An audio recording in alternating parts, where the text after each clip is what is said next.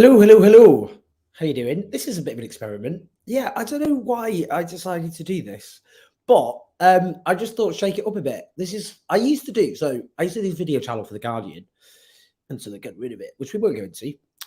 But what I used to do with oh dear, I'm using the wrong one. That's a good start. There we go. Sorry, everyone. I'm now using the correct microphone. Yeah, I used to do these videos responding to comments left by you guys, well, some of you. And it worked really well because it was more of a back and forth, all the rest of it. And we do that obviously in the live shows when we have our guests. But I just thought instead of having a guest and having a chat with them today, what we do is just let you decide. People just mentioning my hoodie, by the way. I'm not just wearing a random hoodie. I'm actually wearing. So this is the Independent Workers of Great Britain. It's a trade union. I was at their 10th anniversary last night. They represent very precarious workers, often disproportionately migrant workers, who are some of the most exploited in the world and in this country. And they've had 10 years of organising. They've won these massive victories. So do look up the IWGB and support their work. I've written lots of articles about them organising, for example, university workers, cleaners, often, as I've said, the most precarious workers in the country. What do I think of Sonic the Hedgehog? So the way this is going to work is I will go through some of the comments. We've already had lots of comments, so I will check those. One of them says, John Smith, could you please be quiet? Don't have to tune in, John. You don't. It's not compulsory. It's not like you're obliged to tune into the show. What I'll do is there's been loads of comments already. I will prioritize super chats. So if you're watching live, if you click on YouTube and then press, you can use super chats because that supports the show. So that makes sense. But we've had lots of chats. So it's about, politics, generally. If we try and keep it makes sense, doesn't it? So let's have a look here. For example, Benjamin Williams, do you think forgot to say, do support us on patreon.com/OwenJones84. Press like and subscribe. We're doing daily videos basically at the moment. But I think one of the things that'd be interesting if you leave comments like what sort of stuff would you like us to do? Who would you like us to talk to? That kind of thing. Because obviously we're doing it as a daily thing at the moment, thanks to your support on patreon.com/OwenJones84. Right, what do you think a Keir Starmer Labour government would actually look like? Should we, on the soft left or further left, have any hope other than it being better than the Tories? Oh dear. The next one, because as I've said, I prioritise super chat, so I'll come on to Andy Burnham. Yeah, so today, the front page of the Daily Telegraph. Let me just bring this up. I should have actually maybe dropped it, and we should have dropped it as an image. Oh, it's too late now.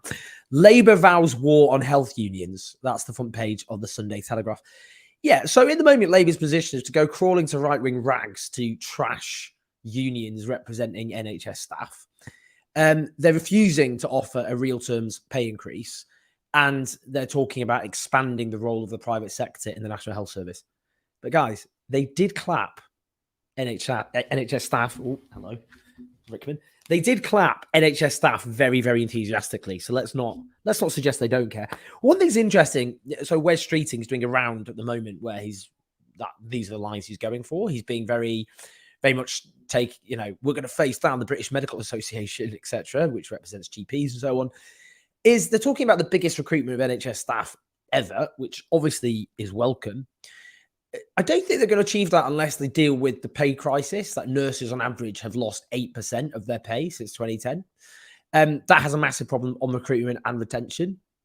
And I don't think going to war with, look, should the Labour Party be going to war with unions? It's not a great start, is it? But in terms of a demoralised workforce, this kind of tub thumping, we're going to face down unions representing workers who've been screwed over and carried this country through the pandemic. Doesn't sit well, does it? It doesn't look great. Now, in terms of what a Labour government's going to look like, well, I did a video about this the other week because every time I criticise Keir Starmer, I do most of my videos about the Conservatives because they're the government. Makes sense. But I do scrutinise the opposition because they're the government in waiting. They're almost certainly going to win the next election. And people often feel my mentions going, oh, still going to vote for them, or still saying everyone to vote for them. I don't actually tell people to vote Labour. My position for a long time now has been vote for who the hell you want. It's not for me to start telling people to go and vote for the Labour Party in their current incarnation. I've said when I'm asked that my own position is that I think, firstly, the only left representation we have is through the Labour Party in the form of the left-wing MPs, people like John McDonnell or Zava Sultana or Nadia Whittam. And if they left the Labour Party because of our electoral system, we'd lose our left representation. The union link means that you do get, for example, promises on various policies which aren't good enough, but they're better than the Conservatives. But my main point is actually that I think a Labour government will raise expectations in the midst of social crisis, not like 1997, where the country wasn't in this massive crisis in the same way. And then it will disappoint them. And that's when you'll get these movements that come into play. Because at the moment, the problem we've got with any movements is, or putting pressure on the Labour Party to not be crap, is, you remember the pandemic, you had that kind of rally around the government effect. It's often called the rally around the flag effect in a crisis. Well, a similar phenomenon happens with the opposition, the Labour opposition, when people are desperate to get rid of the Conservatives. Because what people do is they go into a mentality, we've got to get the Tories out at all costs, which is completely understandable and I empathise with. But that means that people see the opposition as a life raft and they think to themselves, well, I don't want to rock the life raft. And that makes it harder to criticise Labour in opposition because people think, whoa, we need to get rid of the Tories. Why are you criticising Labour? So even if they're like, Labour's going to announce their King Herod policy and they're going to kill the firstborn. Yeah, I mean, people go, well, leave Labour alone. We need to get rid of the Tories. Yeah. So I think when they come into government, they'll do a lot of unpopular things. And then they're the government. And it's much easier to criticise them and galvanise movements against it. That's my own view. And sorry, the camera keeps shaking because Keir, my other cat, is sitting on the table. But I don't know what to do. I just let him have it.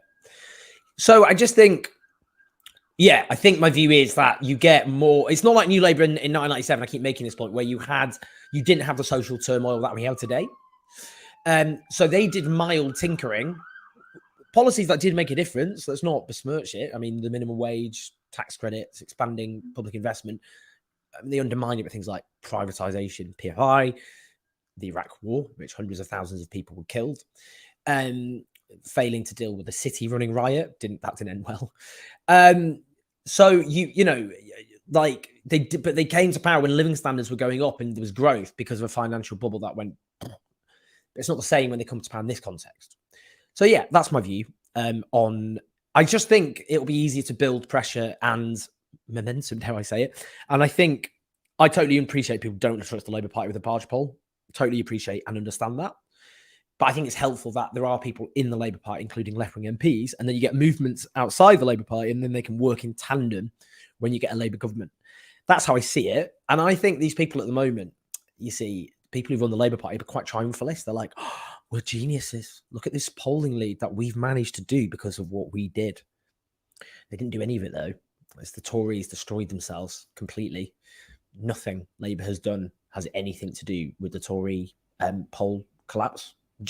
I'm sorry. I mean, I know there are people for partisan reasons who pretend that it's because people love Keir Starmer and Starmer mania is sweeping Britain. But that's not happening. There's very little enthusiasm for Keir Starmer. Again, very different from 1997. There was enthusiasm for Tony Blair. I mean, look how that panned out. But I mean, there was at the time. There isn't for Keir Starmer. And I think they're triumphalists now, but they're going to collide with reality. And I think, however dominant and hegemonic they seem now, politics can shift on a sixpence. What do I think of Andy Burnham asked here in Buckley? Sorry, I'll be a bit quick with these now because there's all these super chats coming in. What's my opinion on Andy Burnham? I think quite fascinating, Andy Burnham, because Andy Burnham originally, I think, would have been considered kind of New Labour-y. He was a New Labour advisor. He was part of the whole generation. People like Yvette Cooper and Ed Miliband, they were all kind of special advisors around the New Labour milieu. When he was Shadow Health Secretary under Ed Miliband, he became seen as kind of the darling of the soft left. And because he was Shadow Health Secretary, you know, that's the way, well, I was going to say the way to Labour members' hearts, but then look at what Wes Streeting's saying and doing. But at the time, because Labour people are very proud, obviously, of the National Health Service. So if you've got a Labour Health Secretary, then, they can appeal to Labour members. So he was seen as the obvious successor to Ed Miliband at the time. But what he did after the 2015 election defeat is he basically accepted at the time a kind of let's hurtle off to the right position. His campaign manager was Michael Duggar, who's a kind of farcically awful person, in my opinion, who now is a lobbyist for like gambling firms. Lovely. But just like this Labour right winger, not a fan, of a certain type, quite aggressive macho types, kind of like Malcolm Tucker wannabes. Anyway, he ran the campaign, and that allowed for the rise of Jeremy Corbyn, because Andy Burnham was seen as just hurtling off to the right. He didn't stick to where he originally kind of had cultivated this kind of soft left image. But I think what's interesting is I do think he regrets that a lot. And I think he's more of a Labour guy than Keir Starmer, if that makes sense. Like, he's got more of a Labour worldview, Labour movement perspective. I don't agree. Obviously, I'm not from his political tradition, so I would have clear differences with him in terms of his leadership. But I think it would be so much more palatable than this. I think he would have a much clearer progressive vision. I think he would have clear red lines. I don't think Keir Starmer believes in anything meaningful. I don't think he's got big red lines. I think he will say anything if he thinks it will get him power. And I think Andy Burnham, notwithstanding his past, where he made, I think, quite a big strategic mistake, clearly, I think anyone couldn't see he did. But I think actually I think he would be he would provide more space. I don't think there'd be this relentless war on the left that we see, this attempt to just wage war on progressive ideas and policies. I don't think under Andy Burnham you'd have a shadow health secretary going on about increasing private sector involvement and facing down the unions in the health sector. I don't think that would happen. So I think, I'd prefer him. I'd settle, is what I'm saying. He's a nice guy. I like the guy. On a personal level, he's a very charming, decent guy. Okay. Oh, sorry. So I will thank everyone at the end for their super chats as well. Thank you, Fraser McKinnon. Thank you to Anver Buzalgo. I've not said that right, have I? Oh, interesting. Oh dear, this is going to get me. This is Avner Buzalgo. What do you think of adopting street cats versus buying pure blood cats? I did say that I would prioritize super chats. I'm not going to. Okay, I did. Look, the most champagne socialist thing you could probably, or one of them you could level against me, is I got 2 Burmese cats, which are a breed rather than mogs. I grew up with a mog called Conan. He was like a semi-long hair, black, little white under there, little white paws. He died 10 years ago. Very sweet cat. But I did get 2 Burmese cats. The reason we got Burmese cats, which you do have to pay for, is because they're just so friendly, and I just wanted to get 2 really friendly cats who are like, kind of puppies, because they behave like puppies. And I just, maybe I do think people should, getting street cats, people who do that's a great thing to do. I would go say, it's like with kids though, it's like people who adopt, that's a brilliant thing to do. But I don't know if you should end up in a situation where anyone who doesn't adopt is seen as, I don't know, that's probably not, compared to humans isn't probably a good idea. Yeah, I mean, I do think adopting street cats, people should do that far more. And I'm sorry that I got 2 Burmese cats, basically. I don't know where to go with that. Thanks to, okay, hold on. Joe Casto. Here we go. Someone else. Sorry, I need to scroll through these. Fraser McKinnon again. Oh, hey, Fraser. Why didn't I do a stream on Scotland and Scottish independence? Is there anything you like Scottish government is doing? I did the other week. Oh, I didn't do a stream on it. I did a video on it. Basically, on the Jeremy Vine show, I did we talked about Scottish independence, and I supported the right of Scotland to have an independence referendum. And my view is it's like divorce. The right to divorce doesn't mean you think everyone should get divorced, but you believe everyone should have the right to get divorced. If you have a relationship where one person goes, well, I want to break up with you, and the other's like, well, you can't. You don't have a say in the issue. And my view with the Scottish independence referendum is circumstances have changed since 2014. notably the promises on Brexit. Well, they were told the only way to stay in the EU was to vote to stay in the United Kingdom. That didn't work very well, did it? No, it didn't. So now they're, you can, that's a change in circumstance. And also the polling shows there is actually a large appetite for an independence referendum and for independence. Look, my mum lives in Edinburgh. She's not going to vote for independence. I've got other family members who are going to vote for independence. A lot of my family live in Scotland. And so I appreciate just from that basis, people's different perspectives. And I understand why people, obviously, their view is they support independence because they're sick of being in a union where in Scotland, the last time Scotland voted for the Conservatives was 1955, but they end up with the consequences of it. And they also get pissed off with the form of Labour that's often on offer at Westminster. A lot of people in Scotland, the rot set in with New Labour in terms of how the SNP could lay the foundations to become so hegemonic in Scotland. I do think the economic case, I have big problems with that, I'm afraid, and what happened with the currency. But the problem is I don't want to get into the argument against Scottish independence because, I don't think another English guy in London going, please stay with it. I don't think, what's the point? But I also understand the anger that exists in Scotland. And I think, I think it'd be better served for politicians in Westminster to engage with that and do something materially about it, rather than people like myself try and berate Scottish people to stay in the United Kingdom. I would support a federal system myself, where you have a looser, federal Britain, because it's still quite a centralised country compared to a lot of other countries. But I understand why lots of Scottish people now have just made up their mind, particularly younger Scots, which doesn't bode well for the future of the United Kingdom, if we're honest. So I just think my own view is they've got the right to an independence referendum. It's a sacred democratic right, the right to national self-determination. Suppressing it is an attack on democracy itself, and Scotland should have an independence referendum. There we go. So thank you for that, Fraser. Interesting. Matthew Faustini. Have Biden / the Democrats surprised or exceeded expectations? Well, it depends how positively or negatively I want to frame this. Not as bad as I thought he would be in lots of ways. I think it's interesting because if you look at like the Build Back Better legislation, the kind of, the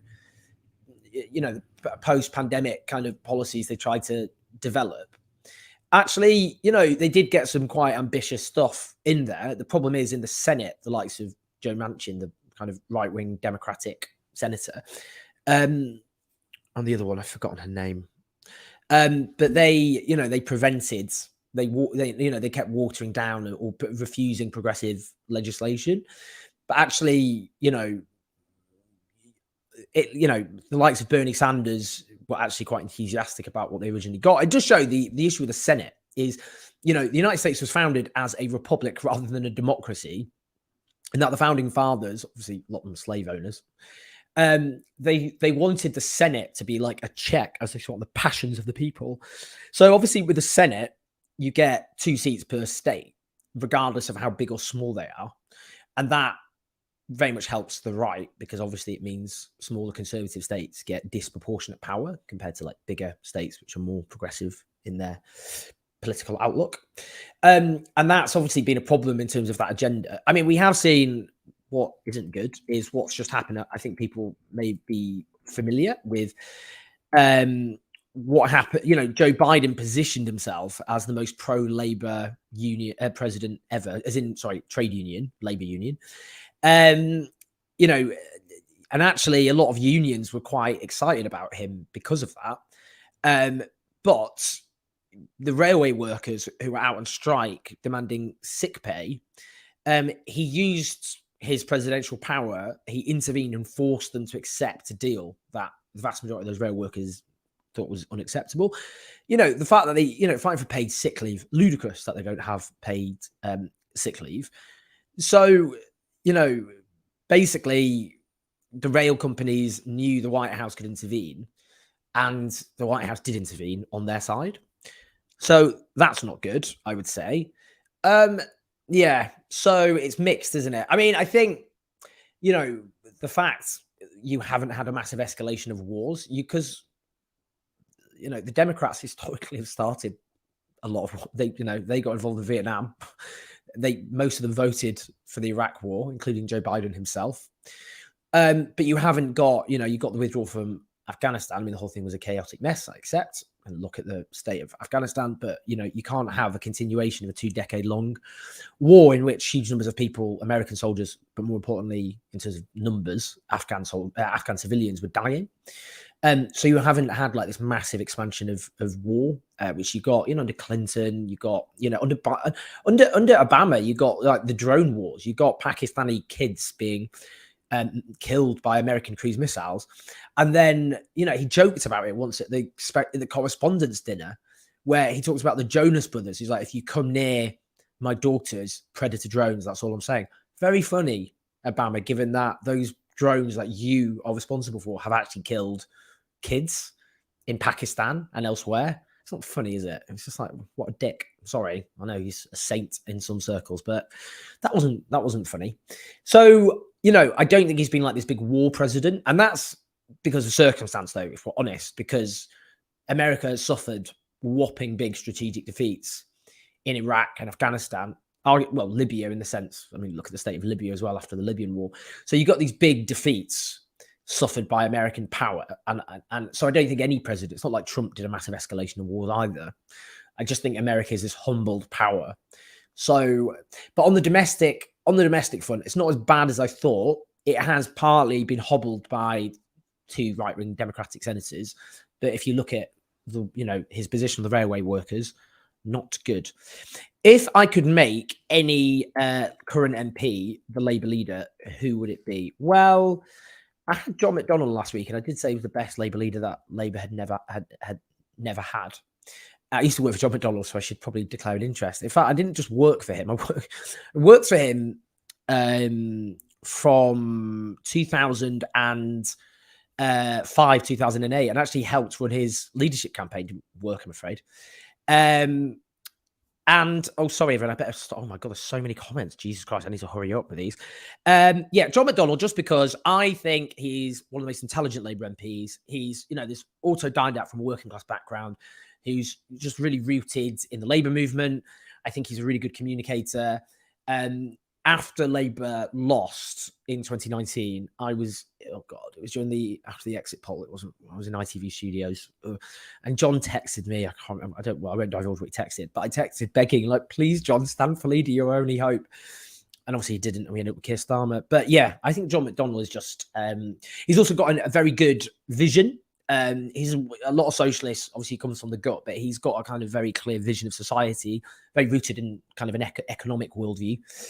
Yeah, John McDonnell for me, current, but I mean, they've rigged the leave. The idea now he'd be able to stand for leader is obviously not going to happen because they changed the rules to stop that from happening. With Keir Starmer, Joe Castro again. Will Keir Starmer or anyone else ever dissolve the Lords, or at least their carpet? It is gross. It is gross. I've been in there. It's like a really odd place. I mean, I don't like going to Westminster. Whenever I have to go have a meeting in the House of Parliament, it's like, yeah. Well, okay. So in the leadership election, Keir Starmer promised to abolish the House of Lords, but Keir Starmer promised quite a lot of stuff during the leadership election, which he then abandoned because he's not an honest politician. I know that annoys people to hear, but it's true.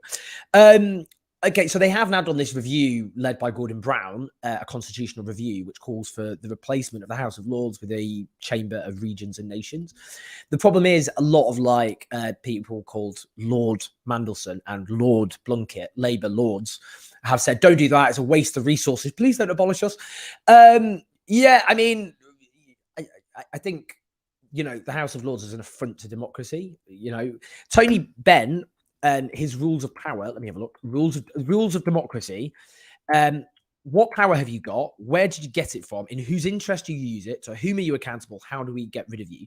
And the House of Lords fails on those basic questions of democracy. So people go, well, look, they do, sometimes the government is defeated by the actions of the Lords. If you get rid of that, you'll concentrate more power in an unaccountable, in a kind of elected dictatorship. There are other ways of doing it, by the way. So if you look at New Zealand, for example, that's got a unicameral system. That's a single chamber, but they've done it so they strengthen the checks and balances. So backbenchers have real power. Parliamentary committees have real power. They're not toothless. You know, you can do other ways of checks and balances. What Labour are offering is an elected second chamber of some sort, which is representative of nations and regions.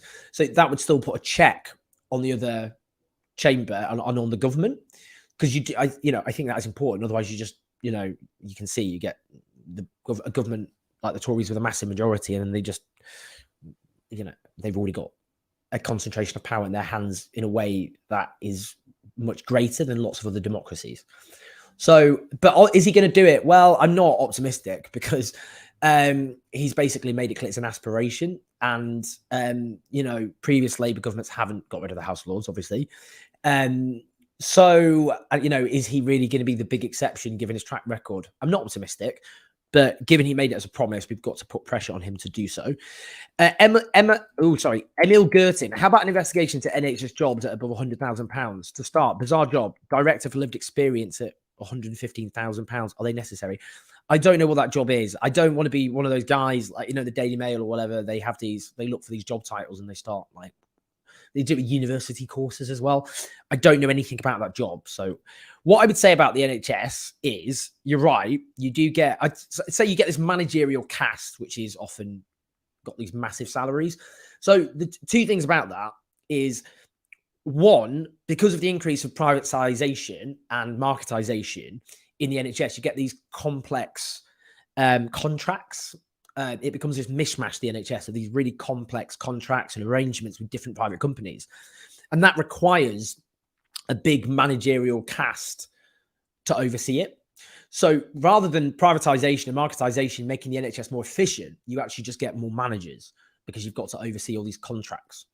And, Frank Dobson, the former Labour Health Secretary, who campaigned against what New Labour then did after he stopped being Health Secretary, he made the point that those managerial jobs doubled as a consequence of privatization.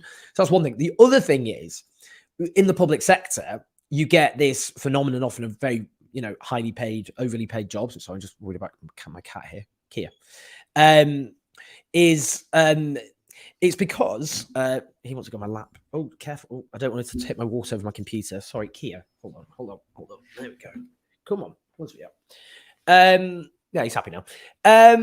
Is because in the private sector, you get these salaries which are so high that makes the public sector think they have to compete with the private sector, because otherwise they won't get these various people, because they're, because of the competition, if you like. Anyway, yeah, so that's what I think. So I don't know anything specifically about that particular example. David Bowater, the left seems to be on the back foot outside of South America. What will it take for the left to start gaining power in areas like Europe and Northern America? Also, thank you for what you do, Owen. Thank you for what you do, David. I mean, what matters is, I'm just some guy. He looks a bit like Macaulay Culkin talking about politics. It's not, but I really appreciate it, and you're great. It is. We should talk about Latin America more. By the way, the fact is, across Latin America, you've got these progressive governments that have come to power. Latin America was really like the training ground for neoliberalism. My parents took in Chilean refugees in the 1970s. They took in two different families, one of whom, very tragic. The mother, after she stopped living with my parents, she actually took her own life, which is a big trauma in the Chilean community, diaspora at the time. So lots of left-wing families in South Yorkshire took in Chilean refugees. So there's quite a big Chilean community in Sheffield as a consequence. Anyway, but Chile was where Milton Friedman, the right-wing economist, that's where his economic plans really first got put into practice. And then you got these like right-wing juntas, and then these governments afterwards, which just, really went for privatization, deregulation, curtailed the unions, slashed taxes on the rich. But Latin America suffered the terrible consequences of it. And, in terms of rising poverty, explosion of inequality. So that's why at the beginning of the 2000s, you got the so-called pink tide, where you got a series of progressive governments that came to power of very different hues and approaches, but, there was a general gist. And now across Latin America, it's very dominant. Now, obviously, Bolsonaro's gone. I mean, Lula, he's come in, and he's, the Congress, it's difficult to get his agenda through, because there's lots of right-wing and centrist politicians there. But nonetheless, overall, you've got, in Chile, for example, Boric, who is the president, talked about how, you know, Chile was the birthplace of neoliberalism, and now it must be its graveyard. That it's difficult. They have lots of challenges, but they're doing, you know, in all of these different countries, good things. So we should talk about Latin America more, because actually a lot of these countries over the last few years, you know, you had a kind of left wave, that kind of, you know, the right came in, but in lots of these places, but actually they did lots and lots of really, really good things. So we should talk about that more. In terms of gaining power in areas like Europe and North America, I think the way I look at it is we had a first wave of a new left from basically the mid 2010s onwards. So you've got Syriza, Bernie Sanders, Syriza in Greece, Bernie Sanders in the United States, Podemos in Spain, the Corbyn phenomenon in Britain. Now, obviously, you know, well, Podemos is in government in coalition with the Spanish Socialists, so you could argue that. You know, it's quite a challenging environment politically for them, but, you know, they have done some good things in office, that notwithstanding, but they didn't win what they wanted originally, which was at one point they were top of the polls. There was a chance of a Podemos government. That hasn't happened. Oh, in France as well, you could see in France, the radical left over in the last elections eclipsed the so-called centre left, which is interesting phenomenon in France, even though obviously Macron and the fascists, well, Macron won and the fascists did well, unfortunately. Oh, I'm just worried Kit is going to knock over the camera. No, he hasn't. That's fine. Yeah, so what I'd say is that first wave was after a period of real terrible defeat for the left, ideologically and organisationally. And in kind of in hindsight, would those have, you know, given that the left had been exiled to political margins for so long, that we were in a defensive position, we were defined by what we were against, not what we were for. I think you know, we were weak in, you know, society. So we were starting from such a weak point to try and jump from that to power is quite a big leap.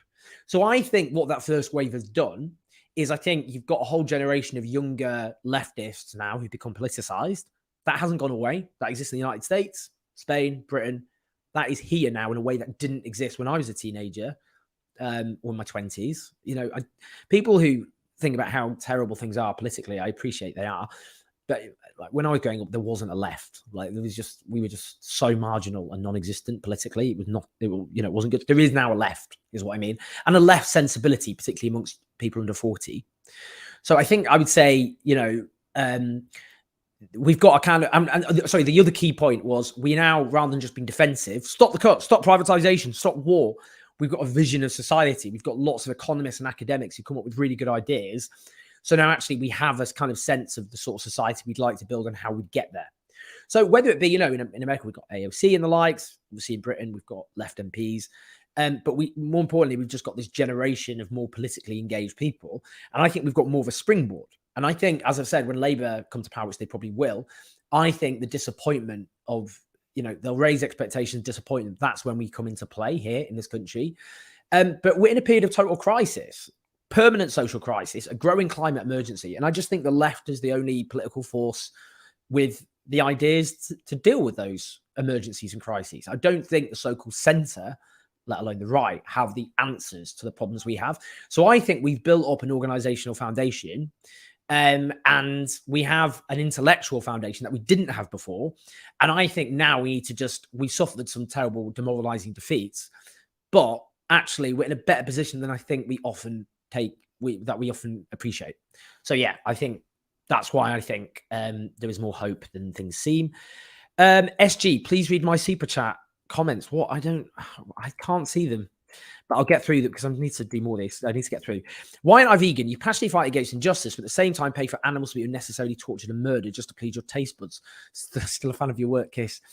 Thank you, Mark. Yeah, it's interesting. I sometimes talk about this because like my happy space is Instagram, because on Twitter, like a lot of the comments are like, die you effing gay communist bastard. You know, anyway, I go on. I'm not trying to be self-pitying, but I get lots of nice tweets, but I do get like, and Instagram is just people being really nice. A lot of my Instagram content, I would say, is cats, politics, and shameless thirst traps.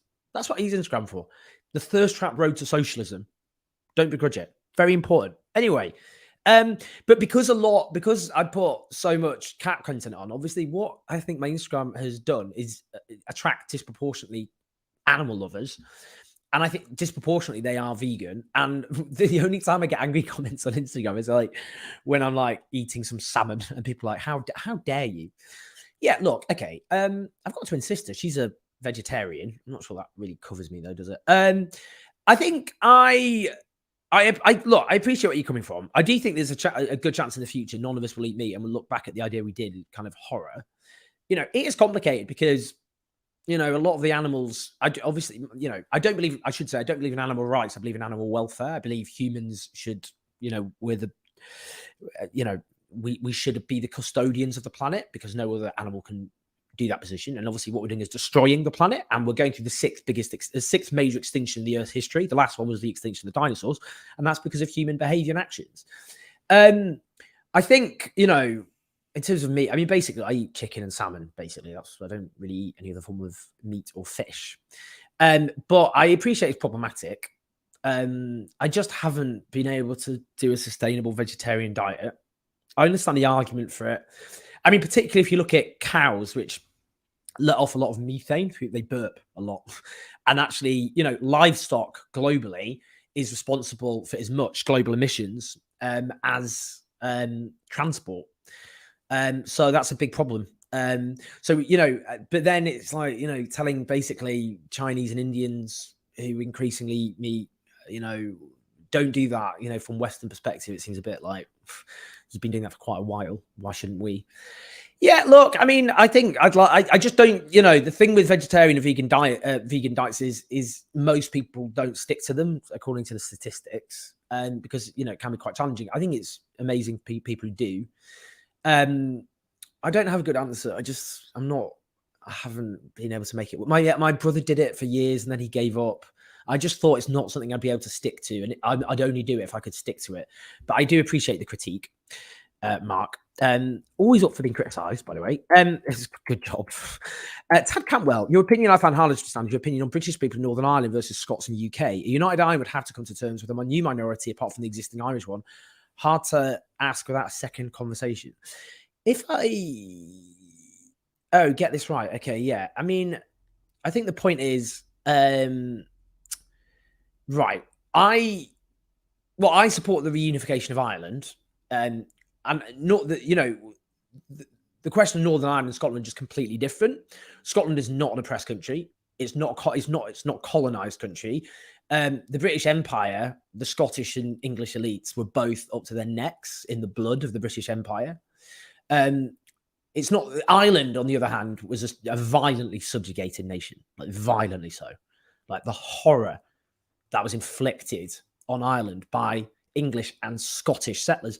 A lot, of course, of those who settled in the Protestant ascendancy in the north were Scottish Presbyterians. I'm not obviously having a go at Scotland as a consequence, but I'm just saying it was a joint enterprise.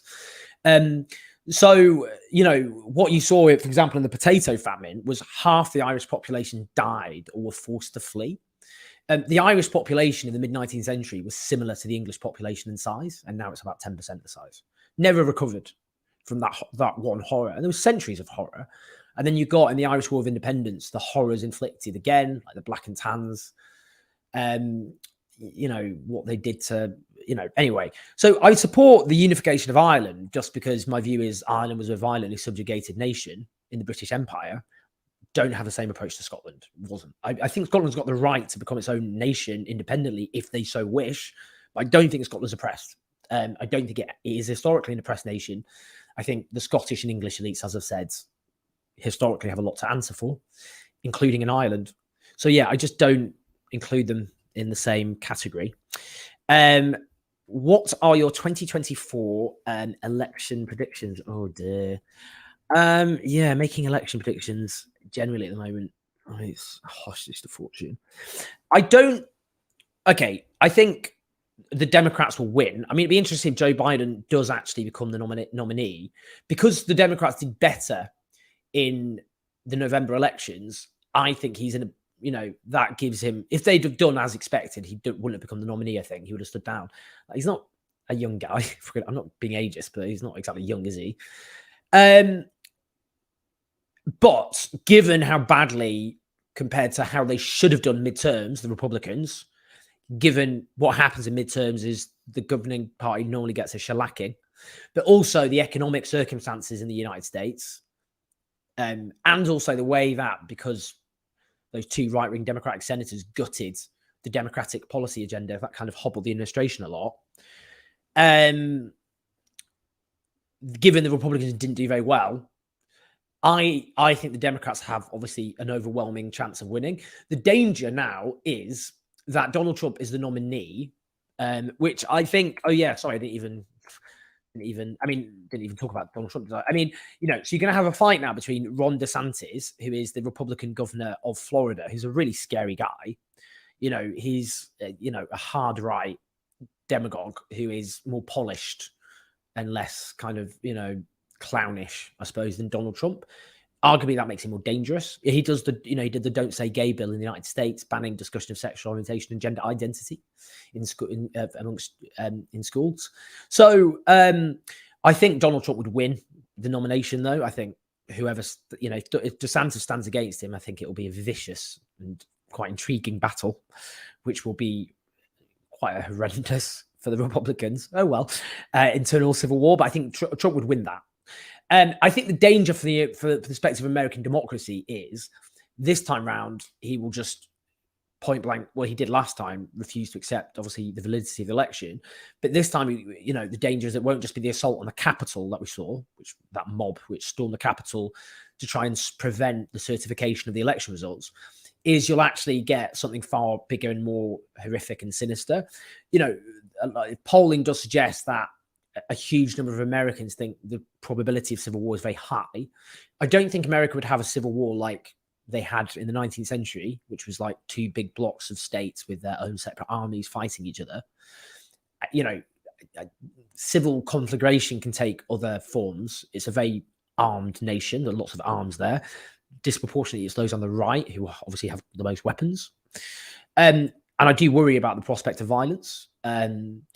And you can just see how things could escalate out of control with someone like Donald Trump refusing this time around to accept the election results, but going all in, because that's his last chance. He's not going to stand again after that, realistically. You could see that just getting really dangerous. So my view is the Democrats will win. I think that's very likely. I think Trump will definitely be the nominee. Biden, it's a higher chance than it was before. I think he'll win, but I think, as I said, Trump will fight that quite badly. How long will it take Kane's penalty to re-enter the atmosphere? Oh, Phil, honestly. It was a lot, wasn't it? What I'd say, the only thing I just want to say about that is I just think they're such a good bunch of lads. I really, really do. I think, they're very progressively minded compared to a lot of previous English football players, the likes of Marcus Rashford, obviously campaigning against poverty and using his platform in powerful ways. You get these young working class lads from a variety of mixed backgrounds. And the fact is, I think I just actually admire, not all of the football team, to be fair, caveats, but I really, I thought what was so sad about it is actually this is an England football team in my lifetime that I would look at and actually feel quite a lot of admiration towards them. I think England played well. I think France is just the best team in the world at the moment. Hold on. I've got to let Keir out because he's... Stay there. Don't go anywhere. Oh. Go on, Keir. That's all right. Sorry. Keir was mewling to get out. Hi. France, I just think is the best team at the moment. And I think England did pretty good against a better team. But it's a young team. They're all they've got another World Cup in them. And I think, who knows, in 4 years' time. Would I consider becoming an MP? No, I'd prefer death, the cold, sweet embrace of death. No, I wouldn't want to become an MP. I never have wanted to become an MP. I have been asked to stand before, including in my home constituency of Stockport. Lots of reasons I wouldn't want to become an MP. One is the track record of journalists becoming MPs is not a good one. I'll give you two examples. Michael Gove and Boris Johnson. I don't really want to be in their company. My argument, I think, is that I always wanted to support those from underrepresented backgrounds becoming MPs. There's a lack of working class MPs. There's a lack of people of colour. There's a lack of disabled MPs. I mean, if we talk about the onslaught on the welfare state, we need more disabled voices in Parliament to talk about the impact on disabled people. I want people, more people who've been at the sharp end of policies, basically, because at the moment you just end up with this kind of, it's just very managerial type MPs who are just, very soulless and rootless. Just kind of automatons, very robotic androids. Not all of them. There are MPs I don't agree with who are, I see they speak from the heart and conviction and they have experience, which is important. But actually, I don't think I think there's enough people like myself in Parliament. Also, like, the other thing I'd say is Tony Benn, when he left Parliament, said he left Parliament to spend more time in politics. I don't think we should see Parliament is the be all and end all of politics.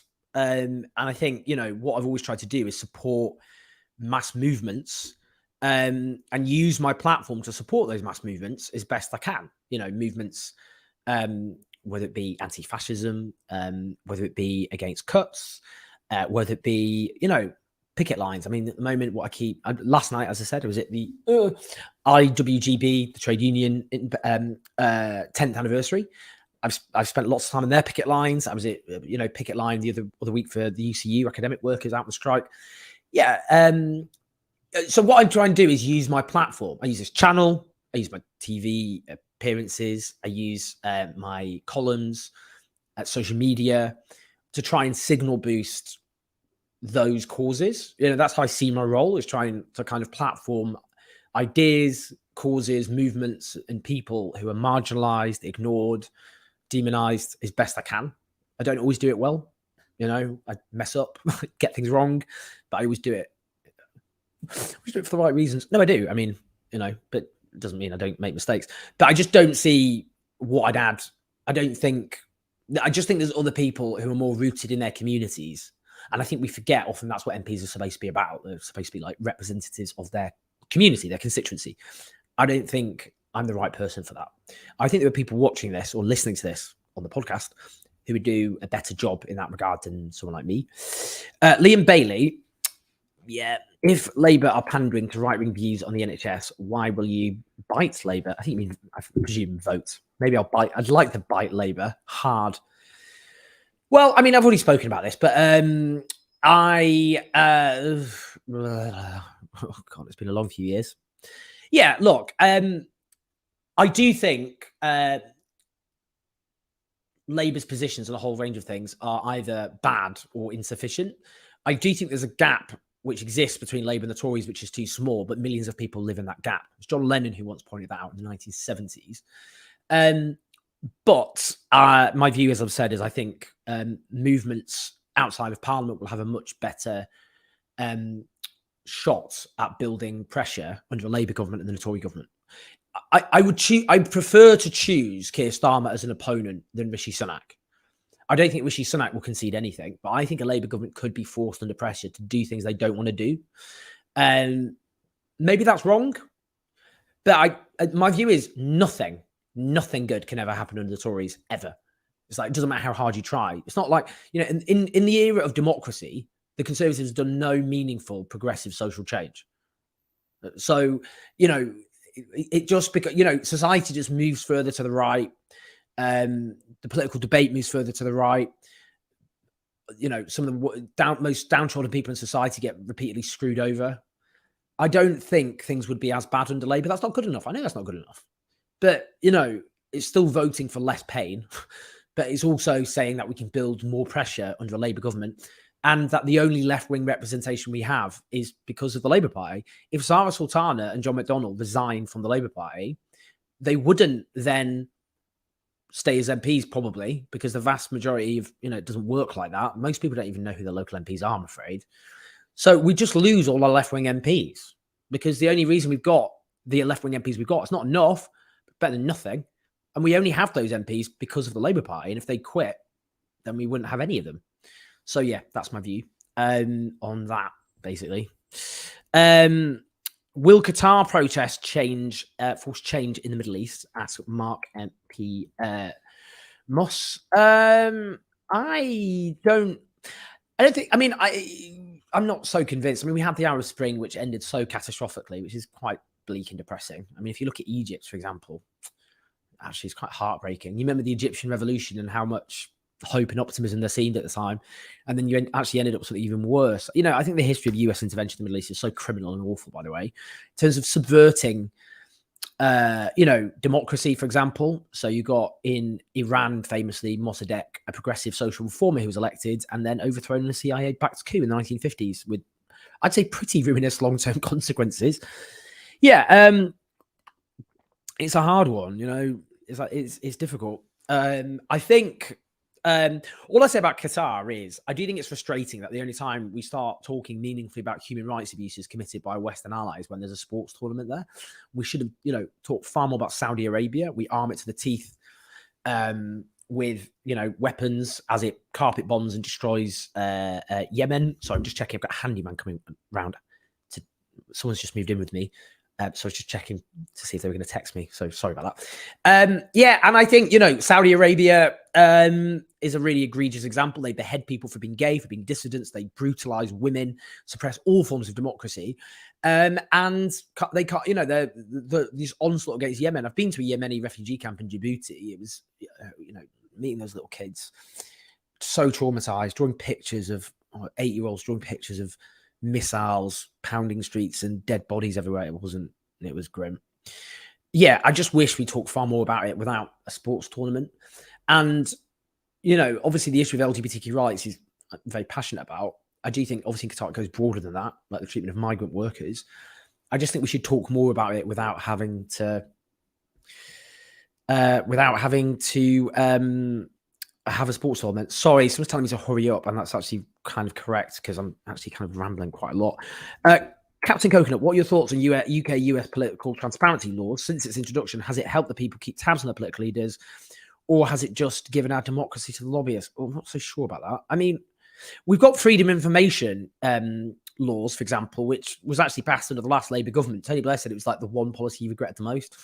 It's like one of their better policies. Obviously, Tony Blair wasn't going to be a fan of it. I'm not so sure. I don't know, Captain Coconut. I'm sorry. I don't know specifically what you're referring to, which is frustrating. Can I just see if I just type in political? Oh, hello. That's not. If I type in political transparency laws, what am I going to get? Is my question. I need to look into that. I'm rambling as it is. Sorry, Captain Coconut. That's a really good point, and I will revisit it. Maybe I could do a video on it.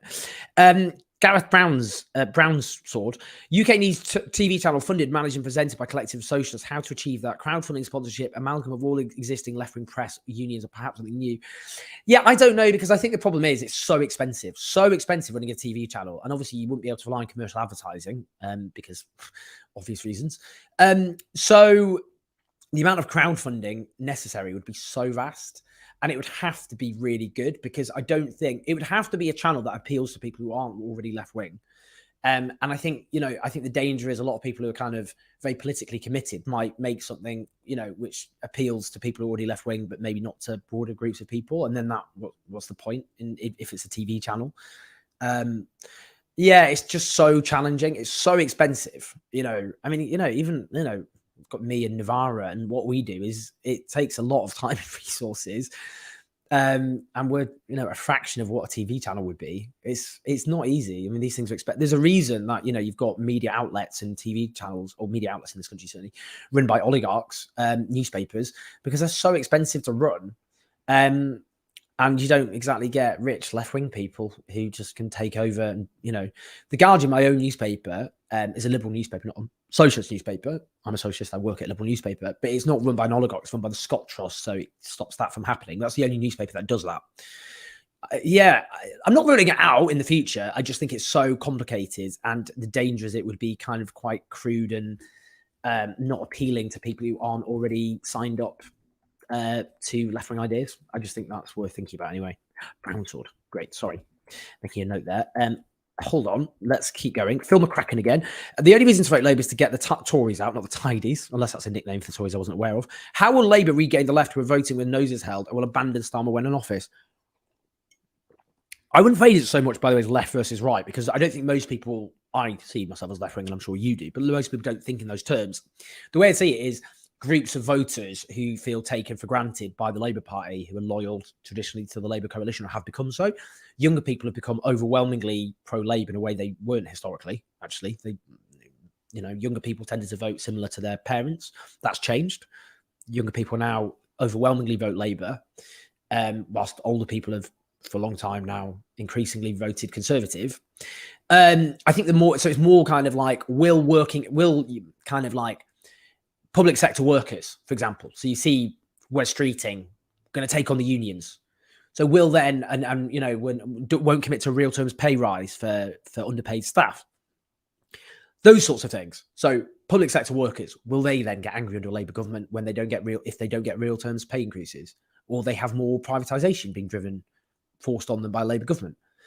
Younger people who suffer huge amounts of social insecurity, a housing crisis, a lack of secure jobs, stagnating living standards, that kind of thing. Oh, great. Sorry, the handyman. Let me just reply to him because he's coming in 45 minutes. I won't go for that long. Sorry, though, even though I am taking too long. Sorry, just letting him know. That's great. So I think younger people, the housing crisis, the jobs crisis, living standards crisis, they've suffered the brunt for so many years after the financial crash onwards. And when we talk about millennials, we're not talking people who are like, I'm 38, like the oldest millennials are 42. I mean, the millennials in people's heads are still kind of the youth, but I'm a geriatric millennial. You've got younger millennials, and then you've got Generation Z. But I think it's the Generation Z or Z, Zoomers, and millennials you can see how they get alienated. Minorities, again, you can see how Labour, for example, in the Batley and Spen by-election, were basically castigating Muslim voters who would represent a massive, significant chunk of the Labour coalition now. I think there's about, 3 to 4 million Muslims in Britain overwhelmingly vote for the Labour Party. And, they were like going, oh, well, we don't need the Muslim voters, and denounced them, saying that the reason they didn't vote for Labour is because they're against gay rights and because of Palestine. Just kind of horrific, kind of, on the issue of Palestine, obviously people who aren't Muslim who support the liberation of Palestine from an illegal and brutal occupation. But I went to Batley and Spen and spoke to Labour canvassers. No one brought up gay rights on the doorstep, and Muslim voters were voting for New Labour when it was passing gay rights laws, which people forget. So it's not like Muslim voters defected to the Conservatives over gay rights in the 2000s. They didn't. They voted for politicians who support gay rights. So it obviously wasn't an overriding concern of theirs. Yeah, so I just think you can see, them being contemptuous towards different blocks of voters. So I don't think it's about pissing off the left. I think it's about, because in terms of being in an organised left, most people aren't engaged in an overt way. I think it's those groups: younger people, public sector workers, and when I say younger people, I mean like people under 40, basically. So millennials and Zoomers, public sector workers, not just public sector workers. Rail workers aren't obviously in a public company, so like the organised workers, and minorities. I think they'll piss a lot of those off, and that will, I think, cause them big problems. Yeah. Stuart L asking me, Lord Bishop of Manchester, some questions. Do you mind if I please ask one from you? Thank you. From a college change maker. Well, yeah, Stuart, I don't know what your question is though. But yeah, I don't really understand that. I'm sorry. Maybe it's my fault. Let's keep going though. Thanks though. Ton Thon Phrase Do. Why don't you never mention colonialism? Well, I do actually. I mean, I literally chaired an event 3 weeks ago about the British Empire. You can look up the video on Open Democracy. It's called look up Boomerang if you type in Boomerang on Open Democracy, you can see that I chaired an entire discussion about the British Empire. So I do. If you look up on my articles, I have written about, for example, the history of British imperialism in India, in Kenya, the Mau Mau uprising. So just quickly on India, Mike Davis recently died. He wrote a book which had a big impact on me called Late Victorian Holocausts. And it was about the famines suffered under British rule. The last famine in India was in 1943. It was the Bengal famine. That was under Winston Churchill. 3 million died. There have been no famines of those sorts since India became independent from Britain. And these were avoidable famines in which tens of millions died. Terrible crimes. People talk about the famines under Mao, so why don't we talk about the famines under the British Empire? Well, interesting, isn't it? Similarly, Kenya, you had the Mau Mau uprising in the 1950s, the Kikuyu tribe who fought for independence from the British Empire, put in camps, tortured, murdered, raped. Horrific. We don't talk about these things because, it would open up a Pandora's box, I suppose, because you can't understand modern racism without colonialism. You can't understand the point about the Boomerang documentaries. It looks a lot how a lot of British inequities, things like tax havens, are rooted in the empire. So I do talk about it. It's difficult talking about it a lot because, I do write mostly about contemporary issues. I talk about politics in Britain in the here and now. So when I've spoken about colonialism, it's kind of linking it to that. But what I'm saying is I do talk about colonialism. I've done stuff about colonialism. I should do more, I appreciate, but I should do more about so many things, if I'm honest. Hey, Owen, who's your favourite Beatle? So it just reminded me of the Alan Partridge, and he's asked, what's your favourite Beatles album? I'd say the best of the Beatles. Sorry, we still make laugh. Well, I was just a cliche. I'd say John Lennon, wouldn't I? Probably. I mean, John Lennon. I do like Paul McCartney. I don't really like Wings, the band, but I do. Yeah, I'd say John Lennon just because I'm a massive cliche. My dad really liked John Lennon, and maybe that's part of the reason. Owen Garland, have you ever read How Non-Violence Protects the State? And if so, what do you think about it? If not, do you have any thoughts about Soul-Fed? I haven't read that. No. I will look it up though. But, yeah, How Non-Violence Protects the State. Okay, we've made a note. Soul-Fed is an anarchist grouping. I'm not an anarchist. I think anarchists have played historically a very important role in lots of movements, like anti-racism for a start, things like squatting, housing rights. So I have a lot of respect. I mean, a lot of my friends started off as anarchists, or some of my friends started off in kind of the anarchist milieus and then got involved in Corbynism. So maybe they shifted, I suppose, politically. One of my friends was in Soul-Fed, actually. Yeah, I've got respect for the anarchist tradition. I'm just not an anarchist. Yeah. An anarchist, in the Spanish Civil War, anarchism played a big role, like the CNT. So yeah, I don't have a negative view of anarchists in the whole. I mean, there are anarchists who regard me basically as a bit wet, I would say. Regard me as a bit of a melt. They're like, kind of melty, wet labor. I think a lot of them regard me as, but that's fine. But yeah, so I just think anarchists have always historically been an important part of our movement in lots of ways. Why hasn't there been big civil unrest yet? It's a good question, actually, from the Big Question podcast. Well, I mean, we did have the riots in 2011, which had a lot, I think, to do with lots of underlying social and economic crises that existed at the time and the crash and the impact that had. I mean, we did get the student movement as well back in 2010, which I was part of. I guess a lot of energy went into the Corbyn movement. I think that's partly what happened. I think that's what happened. A lot of movement, a lot of anger and frustration at the system went into Corbynism. And then I think the defeat left people demoralized and disorientated. And a bit directionless. I think that will change. I think as well, there's a view that the Tories have finished. So there's a kind of like, we're just waiting for them to go. But I also think this country is a bit of a tinderbox. So I think you could see some forms of unrest, including under a Labour government, if they end up being crap. But I'm a big believer in peaceful civil disobedience. We won a lot of our rights through that. We have seen the likes, for example, of Just Stop Oil, which are pissing lots of people off, but historically, lots of those activists piss people off. The suffragettes piss people off. They were vilified at the time, and they were a lot more extreme than Just Stop Oil. I think they actually killed people, which I'm not recommending, just before I get barred from YouTube. But I'm just saying, the way we look at some of these dissidents now is very different from how they were seen at the time. Yeah, I mean, so I do believe, a lot of our rights and freedoms were won through peaceful civil disobedience, certainly. Workers' rights, LGBTQ rights, women's rights. And I would support that under any form of government. So I think we should have that discussion. I hear sinners. Why does Starmer get a lot of criticism? We can't begrudge a Labour leader being cautious in the run-up to an election. The reason he gets a lot of criticism is he stood on a series of promises to become Labour leader and then he abandoned them. And you shouldn't do that. It's a dishonest, disreputable thing to do. It damages democracy.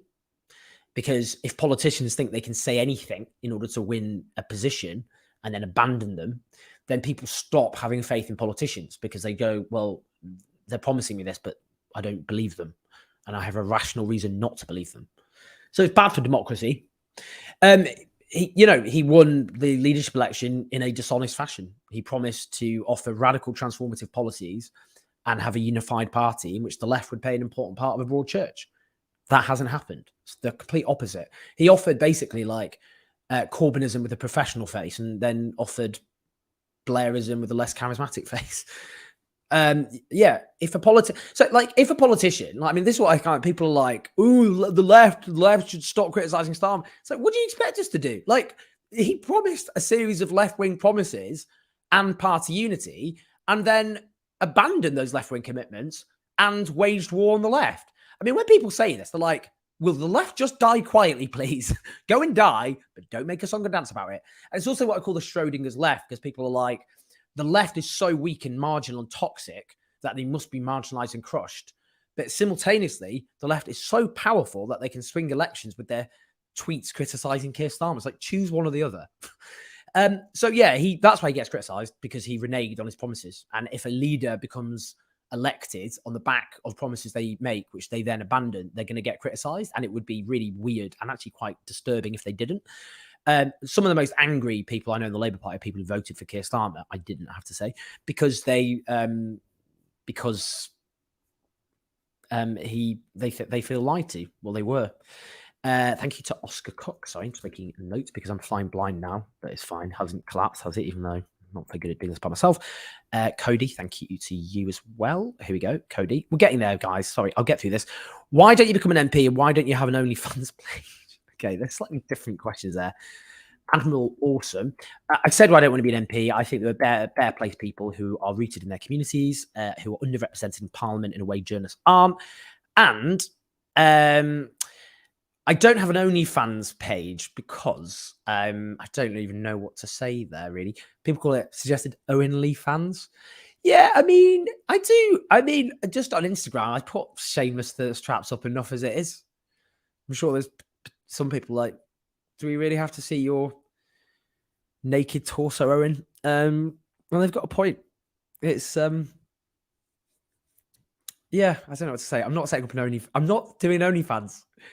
It'd be quite a niche market, I think. Linked. John the Potato. How's gym progress? When's the next thirst trap? I have become a gym. I wrote an article about it a year ago. Yeah, I really got into the gym because I think it's very good for your mental health, exercise. As you get older, if you don't work out or do exercise in terms of muscle strength, then you lose muscle year on year. If you build up more muscle, then your resting weight, you burn more energy just doing nothing than otherwise. Yeah, it's good for your health. Obviously, it's good for your head. And yeah, I like getting into shape. It's like I like doing something where you put in effort and you see results. Partly because things politically are so depressing and bleak. It's like it's not like I'm putting an effort into politics to see great results. It's just it's really shit. So I suppose vanity is all I've got left, is what I'm trying to say. The only thing is what I get frustrated about with the gym industry. Only 15% of gym members regularly use a gym. So it's getting ripped off. People are getting ripped off because gyms know that, because otherwise there'd be more gym space. And I think what I feel frustrated about is people, in terms of getting into shape, they either think they need to diet and don't diet. It's a complete waste of your life. It'll make you miserable for nothing. 85 to 90% of people who diet end up with as much weight or more weight within a year. So it doesn't work. The reason it doesn't work is you need to get into a position where you've got a sustainable kind of diet, as in you're doing something every day that doesn't make you feel deprived of things. So that's what I eat a lot, but I go to the gym. So, you know, I need to eat a lot of protein and good carbohydrates. That's the other thing. When people demonize carbohydrates, don't do that. You should eat good carbs when you're working out, like brown rice, brown bread, you know, things like that. Sweet potatoes. Yeah. And then, you know, lots of protein and good fats, like avocado. You know, what's less good is processed food and sugars, which are bad for you. But my frustration is I think a lot of people go to the gym and they think they either go, yeah, I need to diet, and then they put on more weight in the end because they can't have a sustainable, you know, they cut out carbs, and after a while they're just so miserable. They end up eating more carbs, and then they put on more weight, and then they feel depressed about it. Or they think they just go to the gym and exercise, and then that will sort it out. But getting into shape is 70% what you eat and 30% exercise, roughly. So what people need to do is eat good quality, healthy foods, which is often difficult because they're quite expensive often. That's why we need to change, incentivize people by, I'd say subsidizing healthy food, which is tasty. It's very important it's tasty, that you enjoy it, and nutritious. Yeah. And, so it's a balance of you work out and you do, that's the other thing. People go to the gym and I used to just do random machines, didn't know what I was doing. You need to do a muscle group on a certain day. You need to get your form right, otherwise you're going to injure yourself. And you need to wait 48 hours before you exercise that muscle group again. I might do a video on this sometime because I'm very interested in it. I just feel frustrated because I think the fitness industry, the diet industry is ripping people off. It's not giving people a really useful route map to getting into shape. People, obviously what's important is people are happy. And, also a lot of people don't have the time. I literally live next to a gym and I work at home. So, I don't have kids. It's easier for me to do this. I have privileges. I can afford a gym membership. So I just think, I just get frustrated because I think a lot of people would get into better shape if they were given access to good information about food and about working out, rather than stuff that preys on their insecurities, but doesn't actually help them get to where they want to get. That's my own view. And, at the end of the day, I spend too much time in the gym. I don't need to get in shape in the way I've done. Lots of people are very, very healthy and don't spend anywhere near as much time exercising as I do. So, life's too short at the end of the day. And I'm just vain, probably. On Alexander Treep, have you ever reached out to Hassan Pike in the US for an international socialist chat? I've kind of messed that up, actually, Alexander, because, he got in touch with me when he visited Britain, and I was really I was a bit burnt out at the time. I didn't get back in touch with him in time. I think he was probably a bit irritated. Well, he might not have been irritated. He might have been like, whatever. But I messed that up. I should have met up with him. I didn't. I'm an idiot. Speaking of thirst traps to socialism, I mean, you should check out Hassan Piker. Very good looking guy. I'm not saying that, sorry, that sounds a bit like, kind of like, come on, you can't just objectify people. I'm just saying on his Instagram, he does himself, like myself, he does shameless thirst traps, but maybe in a better position to do so physically. Tad Campbell, in your opinion, the Scots Gaelics were just as dispossessed as the Irish, and I think you oversimplify Scottish history. In the early 1800s, 30% of the British Army were Irish. Maybe a 2-hour pub conversation. I'll buy the drinks. Yeah, fair enough, Tad. I mean, look, I'm not saying, you had the Highland clearances. Obviously, you also had brutal oppression inflicted on Welsh people, and also the English peasantry and the English working class. I just think the dynamics of Ireland is colonialism. I don't think the dynamic with Scotland is colonialism. And I'm careful about it because I just think a lot of Irish people get angry in the way that they would feel their own oppression is being kind of not taken as seriously as it should.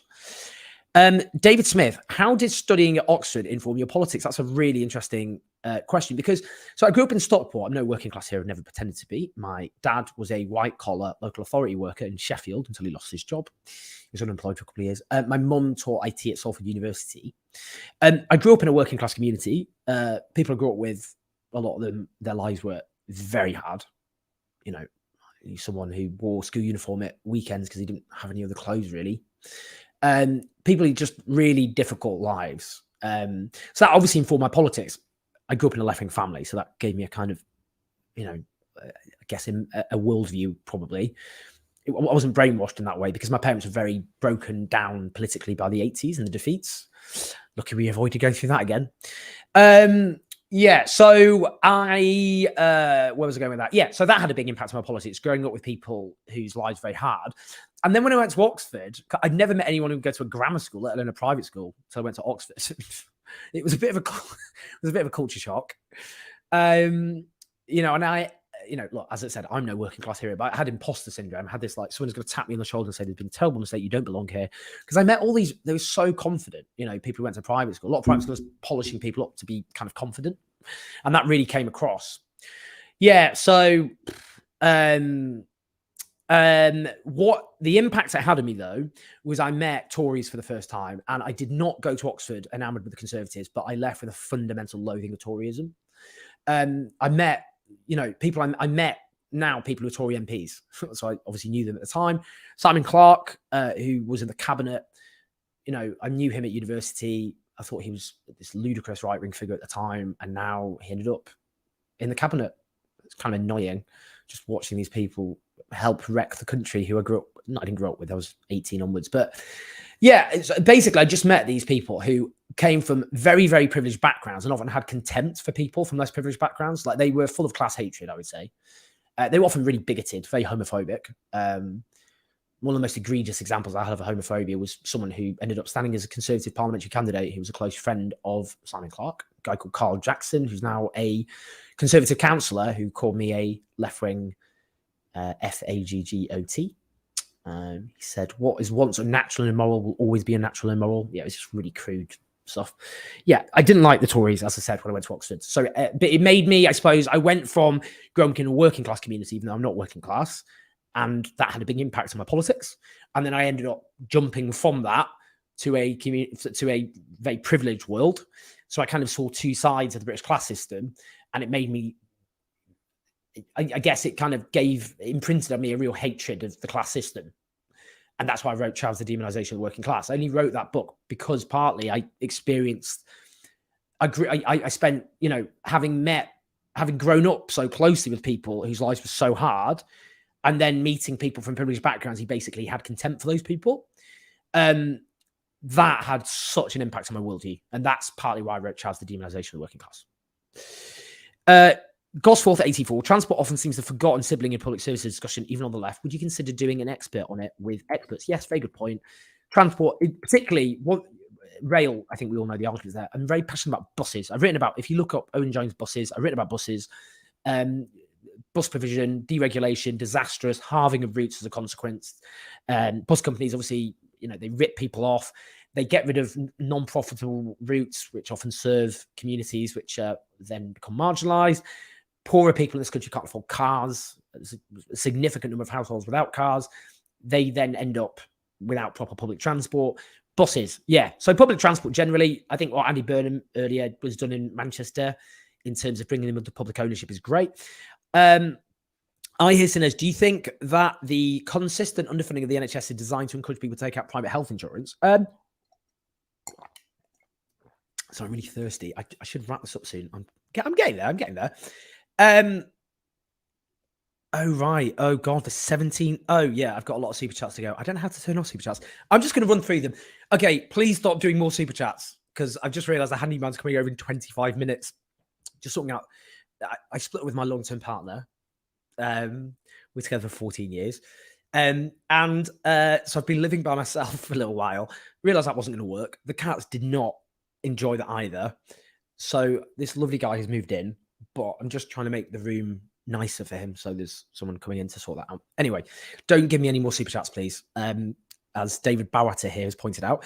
Thank you, David. I'm sorry about that. Do I think the consistent underfunding of the NHS is designed to encourage people to take out private health insurance? I think I do think, you saw with like the rail industry, what the Tories did is underfund and the rail industry and then go, oh, look how terrible it is. And that laid the basis for privatization. And I think they do that with the NHS. They underfund it and then go, well, it's not working under public ownership, is it? To see what I mean? So I think that's definitely what I would say. CJ Man, I have huge respect for your migrant advocacy. I'm an Indian living and working in the UK for a year now. Would it have been impossible when I was nearly shut out when the UK was in the EU? Your nuanced thoughts, please. Really important point this. Look, I supported Remain partly because actually I saw the Brexit campaign is just full of anti-migrant hatred and bigotry. That's what they went hard on. Turkey will join and then we'll be swamped by Turks. It was that really ugly stuff, to be honest. But there is a Fortress Europe problem where you get a European Union which just prioritizes overwhelmingly white Europeans at the exclusion of others. There is a legitimate critique to be had of that. And you know what? There is higher immigration now than ever, which is funny. It's funny because the whole basis of Brexit, or the big, sell was, control of our borders, keep out migrants. And that didn't happen. And I welcome that. I think immigration is a fundamentally good thing. It's good for our society. It's good for the economy. I would prefer to live, I prefer to live in a diverse country than a not diverse country. So I just think, that's a good thing. But, we should have a critique of, even though I supported Remain on balance, I have massive critiques of the EU, including a lot of its inherent racism and the way it's treated, for example, the migrants and refugees, particularly if you look in the Mediterranean, yeah, including contributing as a consequence to the death of refugees. There is a critique to be made. I think it's an important critique to be made. So yeah, I think, why should we prioritize there is an argument, why do we prioritize Polish or Germans or French people over Indians? That is a legitimate point, I think, that you're raising. Have you seen the Labour files? Will you? Yeah, FSN the dog. I feel really bad about this because I know a lot of people like, why I need to do something on this. Basically, what happened was it came out during Labour conference. We did the Labour conference video, then we did the Tory conference video, and then the Tories descended into total chaos and crisis with Liz Truss and all the rest of it. So the problem is it just happened at the time of the Tory crisis. So we were just throwing all our time into doing videos about that and articles about that. I tweeted about it. I've tweeted about it. I've shared stuff about it. I should have done a video with Peter O'Born. I noted he's done a video on it 2 days ago with Double Down News. I did approach him about it, and then we were going to do a video, and then the timing's just messed up partly because of the Tory crisis. I'm really sorry. I should have. That is a failing. It's very important that I am scrutinised. So I'm sorry that I didn't do that. And I do want to do it. It's just, as I've said, it's just the Tory crisis got in the way. Oh, wow. Hello. Charles the Great and Powerful. Do you have a boyfriend? If not, do you want one? If so, do you want a third? I don't have a boyfriend. I did for 14 years. You probably don't know anything about him because I've always tried to protect people around me for fairly obvious reasons. Once we years ago, we broke up and got back together, and the Evening Standard made it their main diary set piece. It was so ludicrous. It's like, come on, guys, do something else with this. More interesting things happening. Yeah, so it's difficult because I always, so he never, you probably noticed, never appeared in my tweets or videos or on Instagram, just to protect people around me. It's very important. So I don't currently have a partner because that was my adult life. I went out with someone between the age of 23 and 37, and now I'm all by myself. I'll do that again. Bright Sky, why do you think conservatives and politicians support unethical policies? Do you think they are psychopathic or shaped by culture to be that way? They're not psychopathic, no. Well, some of them are probably, to be fair, but I don't think overall we should pathologize the right. They are, if you like, under capitalism, a rational political expression of wealthy and privileged interests who are trying to win in a democracy in which everyone has the vote, and therefore they have to win over enough people to win a majority, if that makes sense. So I think... they rationalize. Everyone likes to or most people, unless you are a psychopath, like to rationalize what you're doing as being like a good thing for society and for you. For society and everyone else. Right-wing people often genuinely believe that what is good for rich people is good for society. They believe that.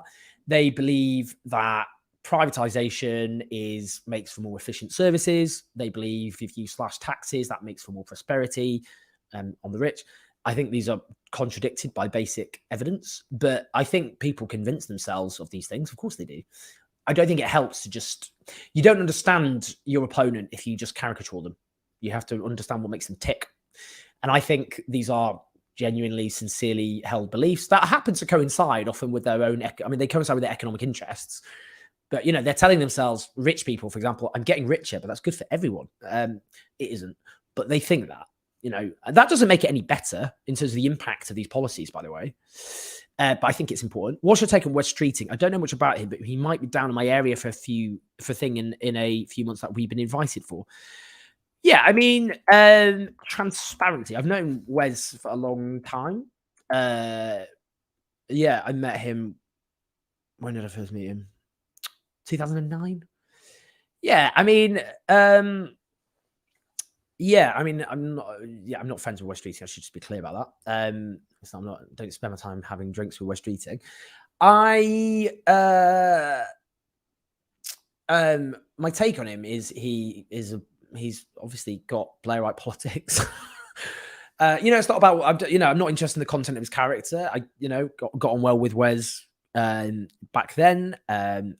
I've been very angry about some of the stuff he said, including on trans rights, and I've made that clear to him. Actually, I don't think it's fine for me to say that. What he said on the NHS is absolutely unacceptable. Like basically more privatization, refusing to support real terms pay increases, going on like tub thumping against the unions. Yeah, he's got right wing politics. Look. I've gone for drinks with Wes years ago in the past, got on perfectly well with him. But, you know, it's not about personality. It's about people's politics and what the impact of their policies. That's what I'm interested in. He used to call me Tiny Trot. It's kind of a bit weird in hindsight, actually, to be honest with you. Let's just okay, nearly finished. Adam Hanlon, if you were running a Labour Students' Union leadership campaign at Manchester, what would you run on to win? Also, Hassan is based. I love this land. Oh, you mean my book? That's very sweet of you. Hassan is great. Hassan Piker. Oh my God! If you were running a Labour Students' Union leadership campaign in Manchester, what would you run on to win? It's tricky. What I don't like about it is the apolitical campaigns, which is just like events. Let's all get drunk, guys. Obviously, you should get drunk when you're a student and do terrible, embarrassing things. But I don't know. I mean, I'd fight for something. I mean, I don't know. Should I really get involved in that way? I'd like student unions to campaign more against like tuition fees. And to do more to stand in solidarity with, for example, low-paid staff on campus. I'd like to see more solidarity between, you get this a lot, you know, like cleaners who aren't paid a living wage. I don't know what the situation in Manchester, but I like it when students stand up for cleaners, for example. And also, you know, academic staff campaigned against tuition fees increases, and now we should stand by them. Now they're getting screwed over, obviously, by the government. But I don't know what I'd say specifically. People are asking about my views on the Harry and Meghan series. I did an interview with Dr. Scholar about that, so check that one out. Good luck if you're running in Manchester, by the way. Alan Garland, don't tell me what to do. Okay, cool. Don't know what that refers to. Oh, I've got to the end. Great. Sorry about that, guys. I did actually really enjoy that. I hope I wasn't too meandering. It was an experiment. But it was really interesting. Actually, we should do more of these. I mean, I might need to hone it a bit because I've gone on for an hour and a half and I did these very long rambling chats. But you were great. These questions were really good. I really enjoyed it. So thank you, everyone. We've got lots of videos coming up this week, every day, essentially. Okay, I'll email Peter Oborne. Let's see if we can do a Labour Files video because I do keep saying we should do that and I haven't done it. Yeah, we've got loads of videos coming up and we'll be back in the documentary shortly. I've nearly finished my actual book, which is good. I know I've said that for a while, but my book will hopefully come out in about a year. Fingers crossed, guys. Certainly what my editor wants to hear. But yeah, do press like, press subscribe. Support us on patreon.com/OwenJones84. I know the cost of living crisis is biting, so only if you can afford to do so to help support and keep this channel running and the podcast. If you're listening on the podcast, do leave a review because we're nearly up to 1,000 reviews, but I'd like to reach that. So if you've got any time if you type in Owen Jones podcast, if you leave a review, that would be fantastic. I'd really appreciate that. All right, guys, that is enough from me. I will see you all tomorrow with the next video, but thanks for taking part in this little experiment. It was great, and you were great. Lots of love. Take care. Bye-bye. Oh, hold on. No, let me just quickly do all the super chats I did. Kieran Buckley, Fraser McKinnon, Avner Buzagalo, Joe Casto, Matthew Faustini, Hennock, Emil Gerted, David Browerton, Mark Atkins, Alex Nash-Thomas, Philip McCracken, 19 Angian, Liam Bailey, Mark Empus, Captain Coconut, Gareth Groundswood, Stuart, Tom Thon Fredo, Beetle Greg 07, Owen Garland, The Big Question Podcast, I Hear Sinners, Oscar Cook, Admiral Awesome, John the Potato, Admiral Alexander Troop, Gospel 34, CG Man, FSM as the Dog, Brightsgate, Adam Hanlon, Owen Garland. Yes, guys, did it. Thanks, everyone. Lots of love. See you soon.